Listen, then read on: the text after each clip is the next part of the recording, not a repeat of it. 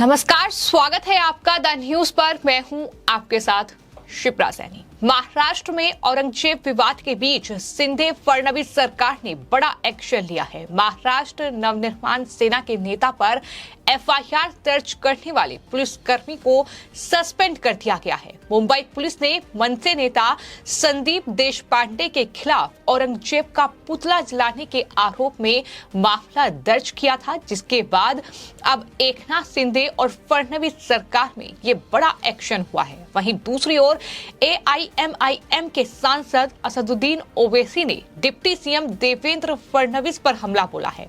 फडणवीस के औरंगजेब की औलाद वाले बयान पर ओवैसी ने पलटवार किया है। असदुद्दीन ओवैसी ने पूछा कि क्या देवेंद्र फडणवीस को पता है कि कौन किसकी औलाद है। उन्होंने कहा तो फिर गोडसे की औलाद कौन है, बोलो। महाराष्ट्र में इस्लाम को बदनाम बीजेपी कर रही है, ये आरोप ओवैसी ने लगाया। साथ ही ये भी कहा कि लोकसभा चुनाव से पहले महाराष्ट्र में दंगा कराने की बड़ी साजिश जो है वो रची जा रही है। ये तमाम बड़े आरोप ओवैसी की ओर से लगाए गए, लेकिन सबसे पहले बात मनसे नेता संदीप देशपांडे के खिलाफ हुई एफआईआर की करेंगे। मुंबई पुलिस ने गुरुवार को मनसे नेता संदीप देशपांडे के खिलाफ मुंबई के शिवाजी पार्क में कोल्हापुर विरोध प्रदर्शन के बाद औरंगजेब का पुतला जलाने के आरोप में मामला दर्ज किया था। देशपांडे के अलावा महाराष्ट्र पुलिस अधिनियम की धारा 135 और 37 के तहत 8 दूसरे लोगों के खिलाफ भी एफआईआर दर्ज की गई थी। लेकिन अब शिंदे फडणवीस सरकार ने उस पुलिस अधिकारी पर बड़ा एक्शन लिया है जिसने संदीप देशपांडे के खिलाफ एफआईआर दर्ज की थी। उस पुलिसकर्मी को सस्पेंड कर दिया गया है, जिसके लिए तमाम जो लोग हैं महाराष्ट्र में वो शिंदे फडणवीस सरकार को इसके लिए धन्यवाद भी दे रहे हैं। और इसी कड़ी में फिल्म मेकर अशोक पंडित की ओर से ट्वीट किया गया है। ट्वीट करते हुए अशोक पंडित ने ये लिखा कि धन्यवाद देवेंद्र फडणवीस जी, मनसे नेता पर जो एफआईआर दर्ज की गई और जिस पुलिसकर्मी ने एफआईआर दर्ज की उसे सस्पेंड करने के लिए धन्यवाद। शिवाजी पार्क में औरंगजेब का पुतला जलाने पर निलंबित छत्रपति शिवाजी महाराज की भूमि में औरंगजेब का कोई भी महिमा मंडन नहीं है। ये पुलिस वाला भूल गया होगा कि सरकार महाराष्ट्र में बदल गई है। इस तरीके से अशोक पंडित ने देवेंद्र फडणवीस और मुख्यमंत्री एकनाथ शिंदे के एक्शन की तारीफ की है। आपको ये बताते हैं कि छत्रपति शिवाजी महाराज की धरती यानी कोल्हापुर पर एक बार फिर से औरंगजेब को लेकर बवाल देखने को मिल रहा है। मुगल शासक औरंगजेब को लेकर शुरू हुए बवाल के बाद महाराष्ट्र के कोल्हापुर में माहौल फिलहाल शांत है, लेकिन इस पर राजनीति बेकाबू हो रही है। एक दूसरे पर जमकर आरोप लगाए जा रहे हैं। महा विकास आघाड़ी को बवाल के पीछे ध्रुवीकरण की सियासी साजिश नजर आ रही है, तो बीजेपी उन्हें आईना दिखा रही है। वहीं ओवैसी ने भी इस मामले को लेकर महाराष्ट्र की शिंदे सरकार पर जमकर हमला बोला है। फडणवीस के औरंगजेब वाले बयान पर ओवैसी ने पलटवार किया और कहा कि महाराष्ट्र के गृह मंत्री फडणवीस बोले कि ये औरंगजेब की औलाद कहां से आ गई। अच्छा, आपको पूरे मालूम है कि कौन किसकी औलाद है, ये आपको मालूम है। ये ओवैसी का बयान है। ओवैसी ने आगे ये भी कहा कि मुझे नहीं पता था कि इतने एक्सपर्ट हैं आप। फिर ये गोडसे की औलाद कौन है, ये आप्टे की औलाद कौन है, ये सवाल ओवैसी ने फडणवीस से पूछा। ओवैसी का ये बयान महाराष्ट्र के कोल्हापुर में हुए बवाल के बाद सामने आया है।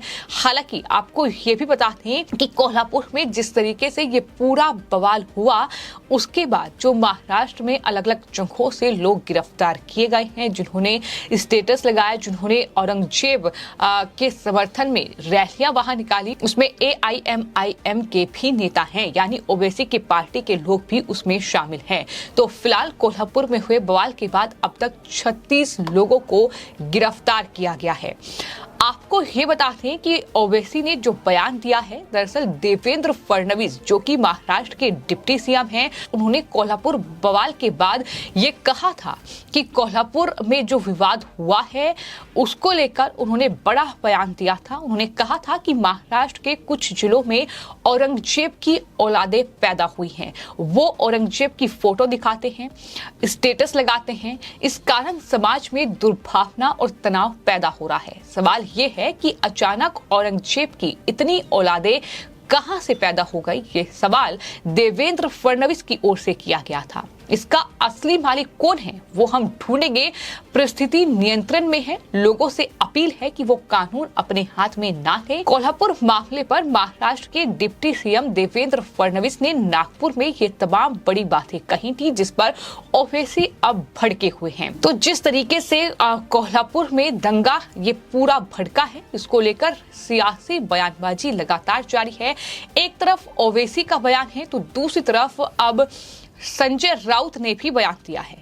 उद्धव ठाकरे गुट के नेता संजय राउत ने तो सरकार पर ही आरोप मढ़ दिए। उन्होंने कहा कि जिस तरीके से कोल्हापुर में दंगे भड़के हैं या भड़काए गए हैं, उसके पीछे कौन है। जिस औरंगजेब को हमने 400 साल पहले महाराष्ट्र में दफनाया, उसे राजनीतिक स्वार्थ के लिए जिंदा किया जा रहा है। क्योंकि कर्नाटक में बजरंग बली का जादू नहीं चला तो आप औरंगजेब को लेकर राजनीति कर रहे हैं। इसके लिए बीजेपी ही जिम्मेदार है, ये आरोप संजय राउत ने लगाया। लेकिन आपको ये बता दें कि इस पूरे मामले को लेकर शिंदे फडणवीस सरकार काफी गंभीर है।